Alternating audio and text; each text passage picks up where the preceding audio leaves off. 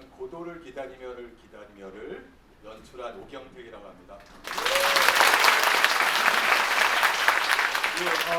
오늘은 이제 다 아시다시피 관객과의 대화가 있는 날인데요. 오늘 제가 진행을 보게 됐습니다.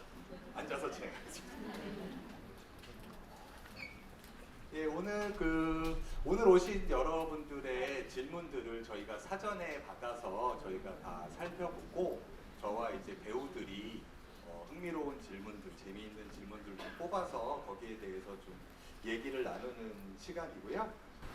오늘 관객과의 대화는 저희의 Q&A가 진행된 다음에 또 포토 타임이 있겠습니다. 그래서 나중에 여러분들 사진 찍으실 수 있는 시간 충분히 드릴 테니까 지금 이제 카메라를 잠시 내려주시고 일단 서로 우리가 소통하고 얘기 나누는 거에 귀를 기울여 주시면 좋을 것 같습니다. 이제 본격적으로 Q&A 시작하겠습니다. 그래서 아까도 말씀드렸다시피 이거는 내 질문이다, 내가 한 거다 싶으신 분은 손을 번쩍 들어주시면 감사하겠습니다. 먼저 늘 이런 거 이제 진행자부터 시키더라고요. 그래서 저한테 주신 질문으로 한번 시작해 보겠습니다. 관객분들이 되게 몇 가지 되게 흥미로운 질문을 주셨는데 그 중에 제가 뽑은 건 벨이 매니지먼트와 계약을 하고 임하게 하죠. 그리고 에스더와 옥신각신 다투는 장면에서 에스더의 소품 베토벤 흉상이 떨어져서 조각이 나는데 근데 박근영 배우님이 할 적에는 계약서를 사용하지 않고 김병철 배우님이 할 적에는 계약서도 찢어지고 베토벤 흉상도 깨지고 이렇게 차이가 다르게 연출을 하셨는데 이건 어떤 의미가 있는지 어떤 차이가 있는지를 질문해 주셨고요. 먼저 말씀드리자면 사실은 그 원본에서는 흉상이 깨지는 장면이 없습니다. 원래는 흉상이 깨지는 장면이 없고 이거는 이제 저희 프로덕션에서 이제 제가 연출로서 해석을 한 지점이고 왜 그렇게 했냐면 그 부분이 이제 벨이 밖에 나가서 오줌을 싸고 왔는데 갑자기 뜬금없이 매니지먼트랑 계약을 하고 그것 때문에 질투도 나고 황당하기도 하고 그렇게 하면 안 된다 막 다그치기도 하고 그랬던 에스더가 가장 소중하게 여겼던 그런 가치를 상징하는 소품이 베토벤이거든요. 그래서 그 전까지는 이 둘이 어떤 그동안 같이 이 지하 분장실에서 원래는 분장실도 아니고 창고였던 거를 언더스터디의 분장실에서 갖고 나서 이곳에서 서로가 서로를 잘 알지 못하다가 그런 가장 소중한 가치가 깨지면서 이들의 어떤 진짜 마음, 진짜 내면이 이렇게 드러나게 하는 어떤 껍데기가 아니라 진짜가 부딪히게 하는 그런 드라마적 뭐라고 할까요? 꺾임이라고 해야 되나요? 변화라고 해야 되나요? 그래서 원본은 이제 사실 결말까지도 약간은 좀 이렇게 블랙 코미디식으로 조금 흘러가는데 이번 프로덕션은 정말 우리 인간의 본질은 뭐고 처음에는 굉장히 이렇게 재미있게 코미디처럼 시작하지만 사실 이 막은 드라마로 좀 터닝을 하려고 하는 의도가 있었고요. 그런 의미에서 흉상이 깨지는 장면을 집어넣고 근영쌤하고 여기 차이는 그거예요. 그러니까 뭐냐면 사실은 벨은 계약서가 찢어져도 큰 문제가 없거든요.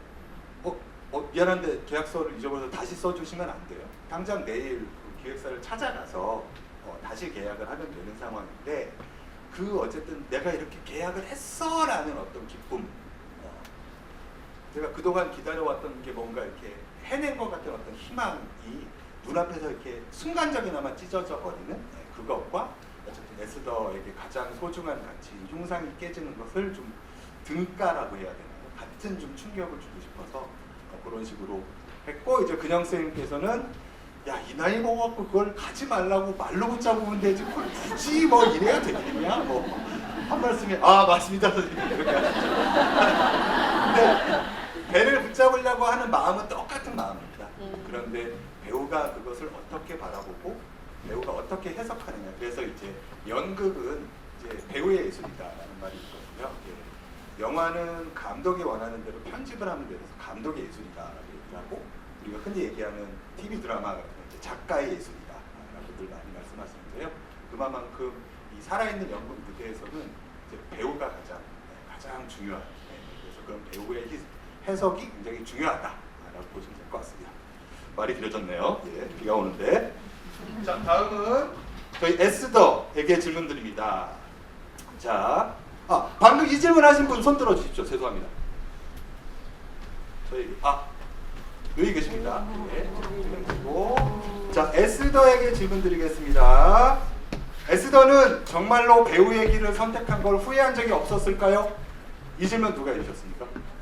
뭐 후회 같은 걸 계속 할 것 같은데 그럼에도 불구하고 모르겠습니다. 그게 뭐 고집일지 아니면 어떤 신념일지 그거를 놓지는 못하는 사람인 것 같고 그래서 하루하루가 그런 갈등 속에 있지 않을까? 저는 그렇게 생각을 했습니다. 어느 쪽에 뭐 완전히 신념을 가지고 살아간다 그런 사람이라고는 저는 느끼지 못했고 그 갈등 속에서 계속 뭐 어떻게 하면 좋을까 뭐 이런 생각들 속에 좀 빠져 있지 않을까? 네, 저는 그런 생각을 했습니다. 예, 답변 감사합니다. 예, 다음은 로라입니다. 자, 로라에게는 이런 질문이 들어왔습니다. 마지막 씬에서 로라가 커튼을 치고 조명을 끄고 대기실을 나가는 모습이 인상 깊었습니다. 시니컬한 ASM인 로라가 벨과 에스더의 모델을 마련해주고 표를 주는 듯한 느낌을 받았는데 혹시 그런 게 연출의 의도였나요? 아니면 배우님은 두 캐릭터의 마지막 씬을 어떻게 느끼셨을지도 궁금합니다. 같은 업계 사람으로. 어느 분이신가요? 같은 업계의 사람으로서. 어떤 분이 질문해 주셨죠? 오늘은 손 드셨나요? 아닌가요? 머리를 쓰다. 꼭 저희 선물 괜찮은 선물인데 꼭 되게 솔직하고 진실한 분들만 여기 와주시죠. 자, 답해 주시죠. 저는 사실은 근영 에스더와 병철 에스더가 하는 장면이 달라요. 병철 에스더 같은 경우는 커튼을 쳐주시는데 근영 에스더 같은 경우는 커튼을 안 쳐요.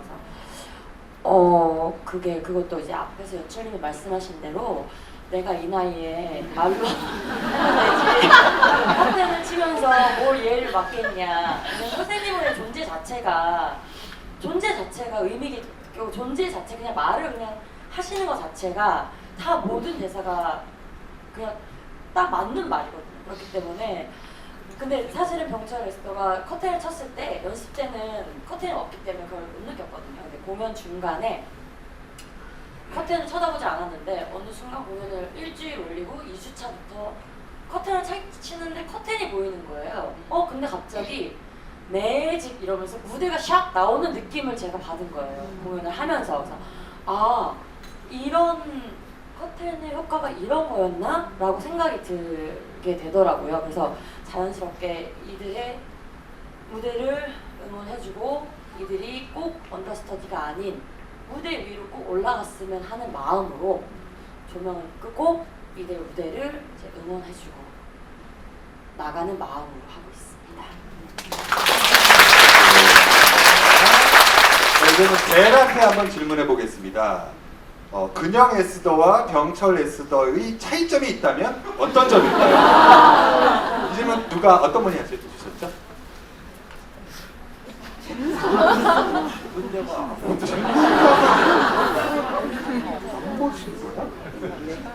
그럼 그 책은 저희가 가지고 가면 그렇죠.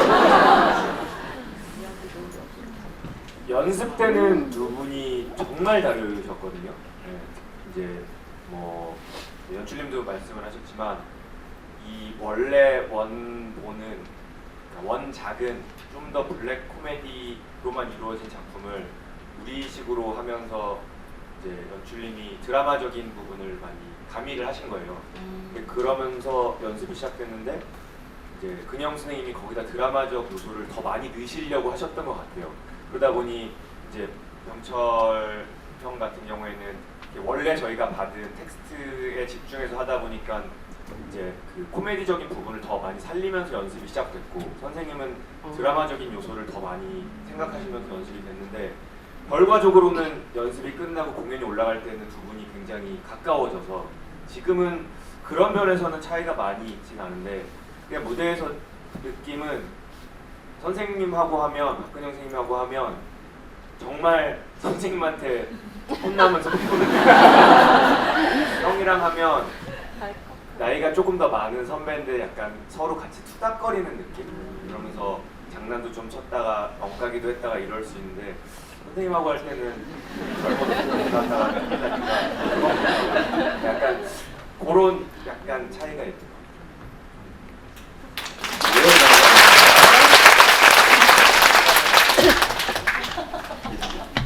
에스더에게 질문 하나 더 해보겠습니다. 자, 동물 연기 훈련. 너무너무 재미있던데 어디까지가 대본이고 어디까지가 배우님이 만드신 건지. 자, 답해 주시죠. 동물 연기. 답을 한번 해보겠습니다. 이게 작년에 공연이 됐던 연극이기 때문에 작년에 어떻게 했는지에 대한 어떤 정보가 좀 있었어요. 그래서 뭐 고전 인물에서 한 명 정도, 캐릭터 하나 정도, 그리고 현대 뭐 영화라든가 현대 연극이라든가 뭐 여기서 캐릭터 하나 정도, 뭐 이런 정도의 가이드가 있었고, 그래서 그 내용을 어떤 것을 선택을 하는지는 이제 제가 선택을 한 거고요. 그래서 제가 선택한 것은 오델로의 오델로와 그리고 헐크, 그리고 콰지모도죠. 콰지모도. 콰지모도 아셨나요? 네. 이렇게 세 인물이었는데 마지막에 살짝 좀 더 가미된 인물이 하나가 더 있죠. JYP. 저 좀 궁금했어요. 관객분들께서 그 JYP를 저 연기자가 왜 무대에서 하는 걸까? 이걸 어떻게 이해하실까 좀 궁금했거든요. 대답해 주실 수 있으신가요? 고릴라. 왜 도대체 JYP가 갑자기 왜 나와? 이렇게 생각할 수도 있잖아요. 같은 원숭이잖아. 원숭이야. 아, 닮았어. 그걸 그렇게 또. 사실 별명이 있으시거든요. JYP님이 떡 먹는 고릴라라는 별명을 쓰시더라고요. 외모가 약간 뭐 비하의 의미는 전혀 아니고 팔도 길고 그러셔가지고 되게 어떤 원시적인 매력이 있는 그런 외모시기 때문에 네, 그런 별명이 있어서 그걸 아시는 분들은 좀 재미를 느끼실 수 있지 않을까 싶어서 그런 춤을 넣은 거거든요. JYP를 외치면서 모르실까봐. 네, 뭐 이런 정도로 다 해보면 4명 정도의 캐릭터가 들어가 있는 것이고, 네, 그거는 제가 나름대로 계획을 해서 넣은 것입니다. 재미있게 보셨는지 잘 모르겠네요. 재밌었어요. 감사합니다. 네, 감사합니다. 그럼 로라에게 질문 한 번 더 해보겠습니다. 자, 에스더와 벨, 로라처럼 무대에 올라가거나 메인이 되길 기다리시던 때가 있으셨을 것 같은데 그 순간을 어떻게 지나오셨는지 궁금합니다. 아직도 제 이름을 모르시는 분들이 많아서 조금 민망한데 감사합니다.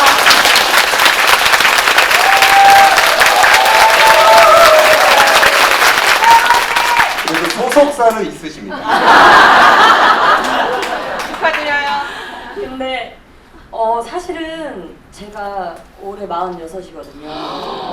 근데 46까지 어떻게 버텼는지 기억이 안 납니다. 그래서 이제부터가 더 이제 버티는 힘이 생겨야 되는 시기가 온 것 같아서 더 메인으로 올라가기 위해서 더 노력을 하기 위해서 더 잘 버텨야 될 것 같고요. 그리고 사실은 저는 주위에서 도와주셨던 분들이 많아요. 아무것도 없었는데 옆에서 잘한다고 칭찬해준 친구들이 있었고, 결혼을 하고 나서 남편이 제가 제일 잘하는 최고의 여배우라고 응원해주고, 아이를 낳고 아이가 엄마가 배우라는 거에 대해서 친구들한테 얘기하면서 자랑을 하고, 그러면서 벨의 대사에 이런 대사가 있거든요. 자기는 연기를 하면서 칭찬을 받은 게 동생한테 있다고. 저도 동생이 저한테 항상 매년 언니가 아직도 버티고 있는다는 것에 대해서 나는 뿌듯하다고. 자기는 그러지 못한데. 그래서 그런 말을 들을 때마다 에스터 병철 오빠가 한 것처럼 후회할 때도 되게 많아요. 왜냐면 버려야 될 것들이 너무 많으니까요. 뭐 돈, 뭐 여러 가지 것들. 하지만 그래도 저에게 오는 제가 가지는 희망이 하나 있기 때문에 그걸 바라보면서 아직까지 달렸고, 아직까지 달리면서도 후회를 해본 적이 없어서 그것에 감사하고 더 메인으로 가기 위해서 노력을 하고 있습니다. 화이팅!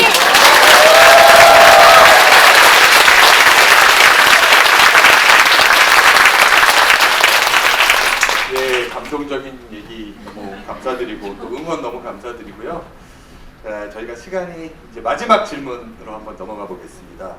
이 질문은 이제 방금의 어떤 감동을 넘어서는 뭔가 실용적인 꿀팁이 하나 있습니다. 자, 상윤 배우님께 질문을 드리겠습니다. 저는 오늘 이 공연을 보기 위해 필리핀에서 왔어요. 서울에서 꼭 가봐야 할 고기 맛집이나 상윤 오빠가 좋아하는 카페를 추천해 주실 수 있을까요? 내일 꼭 갈게요. 어디 계시죠? 네, 계십니다. 배우 이상윤이 추천하는 고기 맛집.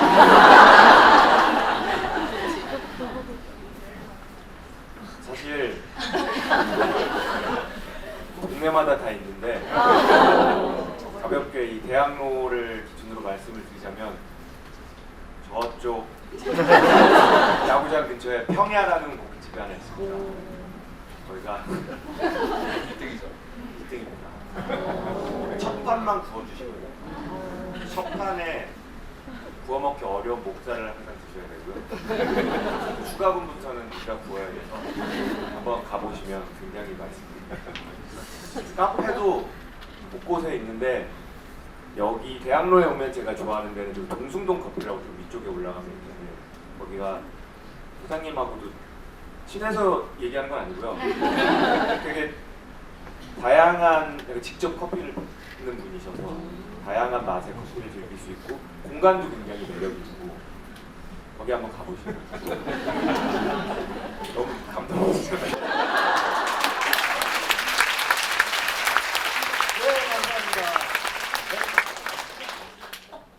승윤 배우님 저요? 눈물 흘릴 때 네. 어떻게 그렇게 매번 현장에서 눈물이 나요? 같이 눈물이 났어요. 이모가 돌아오셨잖아요. 인정받은 궁금한 야, 근데 다 같이 있는 이 에너지가 있어요. 이 공간에 있으면 배우들이 다 같이 집중하면서 그 공간을 딱 버텨주면서 같이 있을 때 딱 돌아봤을 때 두 사람이 저를 보는 느낌도 있고 관객들이 보는 느낌도 있고 이 모든 게 에너지가 되는 것 같아요. 뭐 얼핏 알 수 있을 것 같기도 하고 짐작은 하지만 연극 시작부터 그 신발에 굉장히 그 집착하는 게 있잖아요. 신발이 또 잘 안 들어가기도 하고 연출님께서 그 신발을 통해서 상징하고자 하는 것은 어떤 의미였습니까? 예. 중요하죠? 예, 맞습니다. 이제 구두하고 모자가 굉장히 중요한 소품입니다. 그리고 이제 다 아시다시피 이 작품은 그 노벨 문학상 수상작인 사무엘 베케트의 고도를 기다리며 라는 희곡을 오마주하고 패러디한 작품이에요. 그래서 그 아주 단순하게 말씀드리면 거기 나오는 모자는 인간의 이성을 상징합니다. 그러니까 우리의 생각과 이성을 상징하고 구두는 우리의 움직임, 본능 이런 것들을 상징을 하게 됩니다. 그래서 디디와 고고라는 캐릭터가 그걸 이렇게 대변하는 인물들이에요. 인간의 어떤 그런 모습들을 대변하는 인물인데 원작에서는 고고가 신발이 안 벗겨져서 낑낑대요. 안 벗겨져서. 그런데 여기는 못 신어서 낑낑대는 걸로 바꿨고요.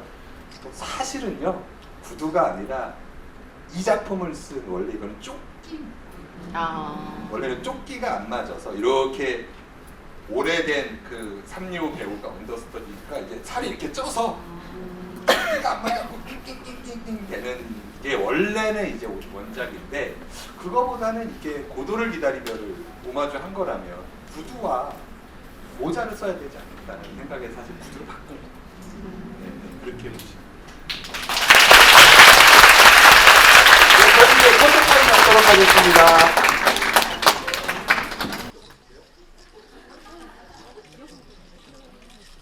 예, 감사합니다. 저희 이제